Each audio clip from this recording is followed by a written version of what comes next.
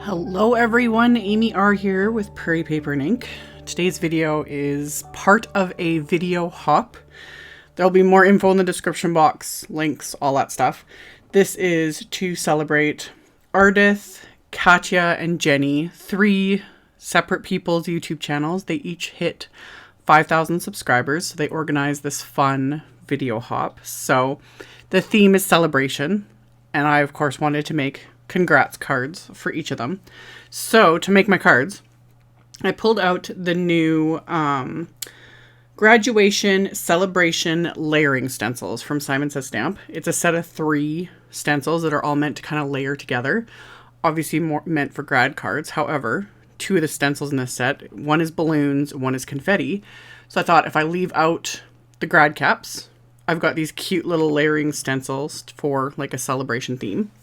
So I'm using my little Wendy Vecchi Make Art station that's magnetic with the mat and all that. And I have my cardstock just barely taped into place. I just didn't want the cardstock itself moving.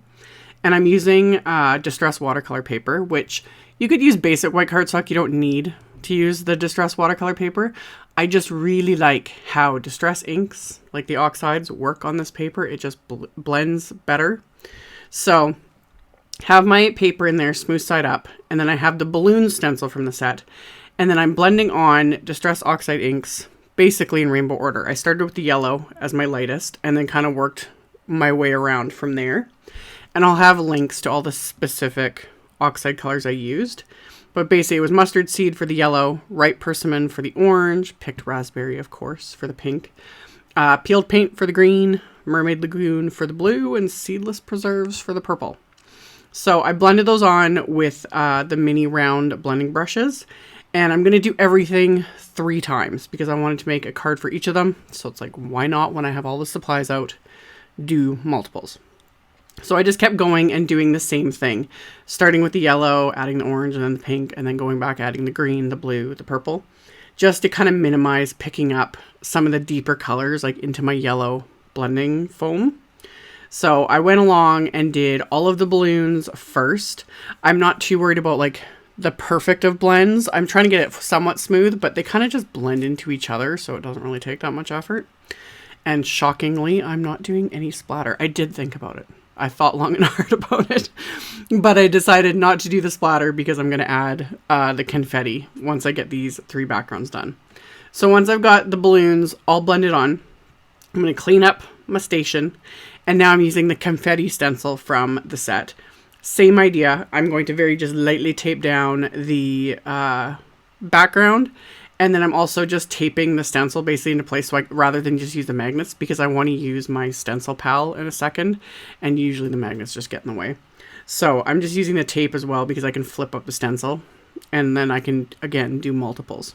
So I've got kind of everything in place. And I am using my Nuvo Glacier paste. This is the golden arrow one. I've done videos on this already. This is what I call the faux foiling, because when this dries, it does look like it's foiled. So for those that don't want to get into, you know, all the different machines and all the different things we have to use foil, the glacier paste is kind of a nice little compromise, because when it dries, it does give almost like a foiled effect. And it's fun and shimmery and yeah. So I apply it first with my little Nuvo spatula, and then I'm using the stencil pal, that big wide piece, just to scrape it really thin. You don't have to do this. I just like doing it because it makes it thinner, because it's only the thickness of the stencil, which means it dries faster and it just gives a little more of an even finish with less effort. You can do it with like, you know, your regular palette knives and that. The stencil pal just makes it easier. So did this 3 times with all of them. And then you can see I have press and seal on my jar. I've shown this in other videos as well. I'll link to the press and seal. I do this because this way it seals the contents before I put the lid on. It also prevents me from sealing the lid shut on my glitter paste, etc., because I have literally done that. So putting the press and seal over the jar when I'm done and then sealing it with the lid just makes things last longer so they don't evaporate. And I keep that same, you know, I'm careful when I remove the press and seal, so I never use a new piece on a container. I just keep that same one on there. So I sealed everything up, cleaned everything up, let this dry, which again didn't take very long, maybe maybe 20 minutes. It'll depend too on like where you live, humidity, all those sorts of things. But this stuff dries pretty quickly, especially over something so small like confetti, like this sort of thing. If it was a large open stencil, it would probably take longer. So let it all dry. I trimmed everything down to just slightly smaller than an A2 card. And then I'm cutting down some black cardstock, cutting these pieces in half. So again, these will all be A2 card bases. So 4 1/4 by 5 1/2. So I'm scoring all these at 4 1/4. So they'll be top folding A2 cards. And using the black cardstock, I also am going to add a little bit of color to the inside as well. But first I want to get everything scored. So Teflon bone folder and my little score buddy. So got them all scored, got all my card bases ready to go. And then for all of these, I am going to stencil that confetti again. It's going to be a much more subtle effect, but it's still kind of cute. So I'm going to use those same Oxide inks, but because they're Oxides, they have the pigment in them, so they show up on dark cardstock. This is kind of one of the less, like more underwhelming versions of these inks on dark cardstock, because again, the confetti is small. You could do the balloons instead if you wanted more of a punch on the inside, but I just wanted the confetti. I thought it was cute. So I'm doing the exact same thing with the Oxide inks, kind of in the exact same way, starting with the yellow, then go orange, pink, and then go back with the green, the blue, and the purple. And I'm just kind of mushing the blending foams this time kind of into the stencil just to get a little bit more ink so it shows up just a bit better. Again, I just want that little bit of color. It's kind of cute. Depending on how dark your cardstock is, it'll show up differently with the Oxide inks, and then also if it was a larger image. But I just wanted the confetti and then to leave everything else. And since this card base is black, I'm planning on writing with a gel pen. So you could use a white gel pen, a gold gel pen would look really nice. I'll link to the favorites that I use when I do have dark card bases.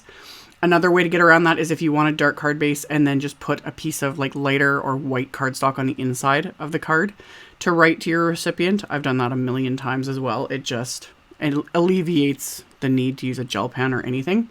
Just depends on the look you're going for. But I wanted the confetti on the dark cardstock because it's just cute. And then yeah, I'll use a gold gel pen to kind of tie it all together and then it'll be good to go. So set those aside. Now I'm working back on these card fronts. So I pulled out the extra large Congrats wafer die. Again, meant for graduation, but you can say congrats about anything. So it works perfectly for this theme and this video hop. I also thought this would be nice too, like congrats on your retirement, you know, congrats on your new baby, etc. Like whatever you want to congratulate someone on. Any sort of like congrats wafer die would work. I chose this big one because I kind of wanted it to take center stage. So I die cut the outline of the congrats word die from each of those card fronts.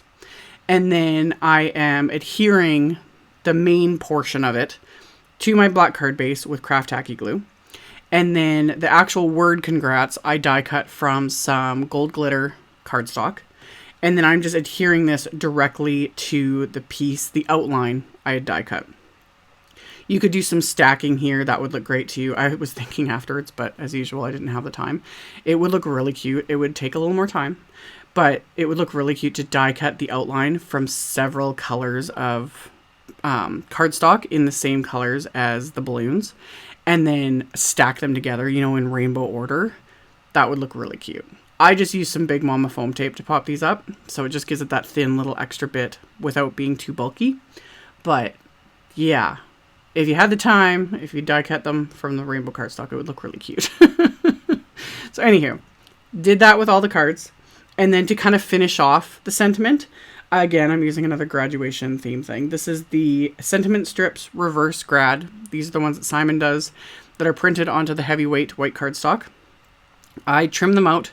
And if you don't like the white edge showing with these ones, because these are the reverse ones, so the printing is black with the words being white, I just use a black marker. So here I'm using a Memento Tuxedo black marker and just running it over the edge of these pieces that I trimmed out. So then it just removes that white edge and makes everything look just a little bit more seamless.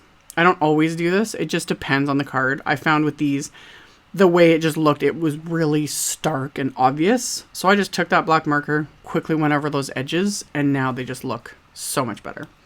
So this is another one of those cards that I do every once in a while. It has absolutely no stamping. No stamping of sentiments, nothing.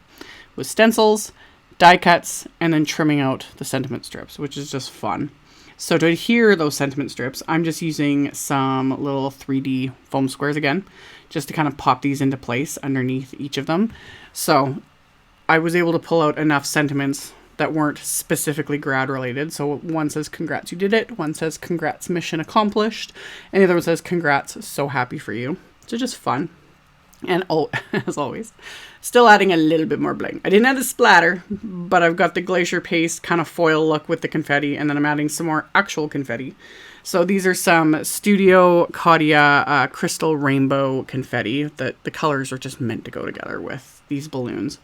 So I sprinkled those kind of on the background and then adhered them into place with the craft tacky glue. And that finishes off these cards. So I turn the flashlight on my phone so you can kind of get the idea of those, how the confetti looks almost foiled. Just fun, and it dries so flat. Love it. So, as always, I will have a link below the video to my blog post. I'll have links to all the supplies I used. There will be info about the video hop. Make sure to check out everyone's videos, and congrats to Ardith and Caudia and Jenny on hitting the 5K milestone. So much fun. So thank you guys so much for watching and subscribing and thumbs upping and commenting. I really appreciate it. And I will see you all very soon in the next video. Bye.